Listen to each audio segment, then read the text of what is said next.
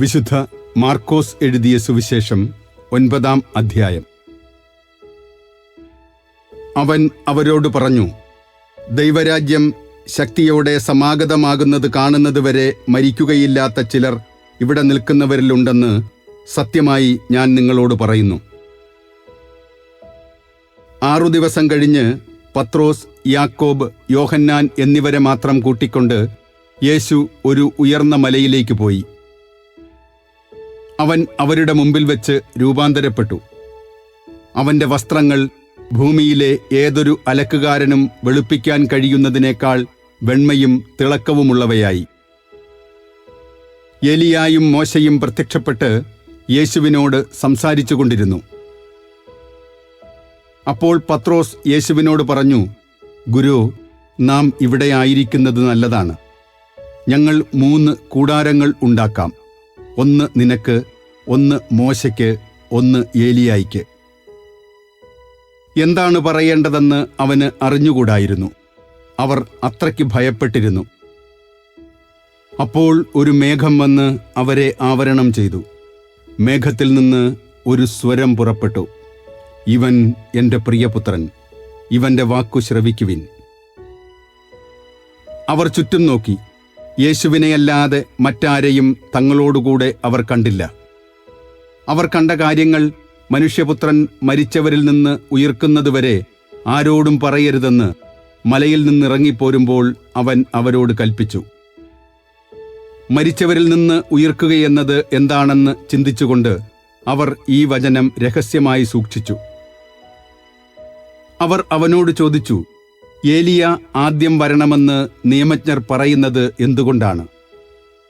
അവൻ പറഞ്ഞു, ഏലിയ ആദ്യമേ വന്ന് എല്ലാം പുനഃസ്ഥാപിക്കും. മനുഷ്യപുത്രൻ വളരെ പീഡകൾ സഹിക്കുകയും നിന്ദനങ്ങൾ ഏൽക്കുകയും ചെയ്യണമെന്ന് എഴുതപ്പെട്ടിരിക്കുന്നത് എന്തുകൊണ്ട്? ഞാൻ നിങ്ങളോട് പറയുന്നു, ഏലിയ വന്നുകഴിഞ്ഞു. അവനെക്കുറിച്ച് എഴുതപ്പെട്ടിരിക്കുന്നത് പോലെ തങ്ങൾക്കിഷ്ടമുള്ളതെല്ലാം അവർ അവനോട് ചെയ്തു. അവർ ശിഷ്യന്മാരുടെ അടുത്തെത്തിയപ്പോൾ വലിയ ഒരു ജനക്കൂട്ടം അവരുടെ ചുറ്റും കൂടിയിരിക്കുന്നതും നിയമജ്ഞർ അവരോട് തർക്കിച്ചുകൊണ്ടിരിക്കുന്നതും കണ്ടു. അവനെ കണ്ടയുടനെ ജനക്കൂട്ടം മുഴുവൻ വിസ്മയഭരിതരായി ഓടിക്കൂടി അവനെ അഭിവാദനം ചെയ്തു. അവൻ അവരോട് ചോദിച്ചു, നിങ്ങൾ എന്താണ് അവരുമായി തർക്കിക്കുന്നത്? ജനക്കൂട്ടത്തിൽ ഒരാൾ മറുപടി പറഞ്ഞു, ഗുരു, ഞാൻ എൻ്റെ മകനെ അങ്ങയുടെ അടുത്ത് കൊണ്ടുവന്നിട്ടുണ്ട്. മൂകനായ ഒരു ആത്മാവ് അവനെ ആവേശിച്ചിരിക്കുന്നു.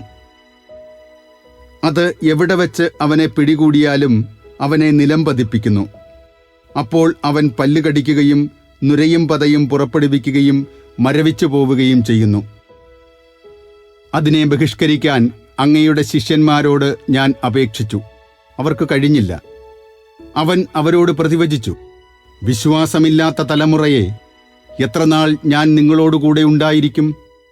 എത്രനാൾ ഞാൻ നിങ്ങളോട് ക്ഷമിച്ചിരിക്കും? അവനെ എൻ്റെ അടുത്ത് കൊണ്ടുവരൂ. അവർ അവനെ അവൻ്റെ അടുക്കൽ കൊണ്ടുവന്നു. അവനെ കണ്ടയുടനെ ആത്മാവ് കുട്ടിയെ തള്ളിയിട്ടു. അവൻ നിലത്ത് വീണ് ഉരുളുകയും അവൻ്റെ വായിലൂടെ നുരയും പതയും പുറപ്പെടുകയും ചെയ്തു. യേശു അവൻ്റെ പിതാവിനോട് ചോദിച്ചു, ഇത് തുടങ്ങിയിട്ട് എത്ര കാലമായി? അവൻ പറഞ്ഞു, ശൈശവം മുതൽ. പലപ്പോഴും അത് അവനെ നശിപ്പിക്കാൻ വേണ്ടി തീയിലും വെള്ളത്തിലും വീഴ്ത്തിയിട്ടുണ്ട്. എന്തെങ്കിലും ചെയ്യാൻ നിനക്ക് കഴിയുമെങ്കിൽ ഞങ്ങളുടെ മേൽ കരുണ തോന്നി ഞങ്ങളെ സഹായിക്കണമേ. യേശു പറഞ്ഞു, കഴിയുമെങ്കിലെന്നോ? വിശ്വസിക്കുന്നവന് എല്ലാ കാര്യങ്ങളും സാധിക്കും. ഉടനെ കുട്ടിയുടെ പിതാവ് വിളിച്ചു പറഞ്ഞു, ഞാൻ വിശ്വസിക്കുന്നു, എൻ്റെ അവിശ്വാസം പരിഹരിച്ച് എന്നെ സഹായിക്കണമേ. ജനങ്ങൾ ഓടിക്കൂടുന്നത് കണ്ട് യേശു അശുദ്ധാത്മാവിനെ ശകാരിച്ചു. മൂകനും ബധിരനുമായ ആത്മാവേ, നിന്നോട് ഞാൻ ആജ്ഞാപിക്കുന്നു, അവനിൽ നിന്ന് പുറത്തു പോവുക. ഇനിയൊരിക്കലും അവനിൽ പ്രവേശിക്കരുത്. അപ്പോൾ അവനെ ശക്തിയായി നിലത്ത് തള്ളിയിടുകയും ഉച്ചത്തിൽ നിലവിളിക്കുകയും ചെയ്തുകൊണ്ട് അത് പുറത്തുപോയി. ബാലൻ മരിച്ചവനെ പോലെയായി. അവൻ മരിച്ചുപോയി എന്ന് പലരും പറഞ്ഞു. യേശു അവനെ കൈക്ക് പിടിച്ചുയർത്തി അവൻ എഴുന്നേറ്റിരുന്നു. യേശു വീട്ടിലെത്തിയപ്പോൾ ശിഷ്യന്മാർ സ്വകാര്യമായി ചോദിച്ചു, എന്തുകൊണ്ടാണ് അതിനെ ബഹിഷ്കരിക്കാൻ ഞങ്ങൾക്ക് കഴിയാതെ പോയത്? അവൻ പറഞ്ഞു, പ്രാർത്ഥന കൊണ്ടല്ലാതെ മറ്റൊന്നുകൊണ്ടും ഈ വർഗം പുറത്തു പോവുകയില്ല. അവർ അവിടെ നിന്ന് യാത്ര തിരിച്ച് ഗലീലിയിലൂടെ കടന്നുപോയി.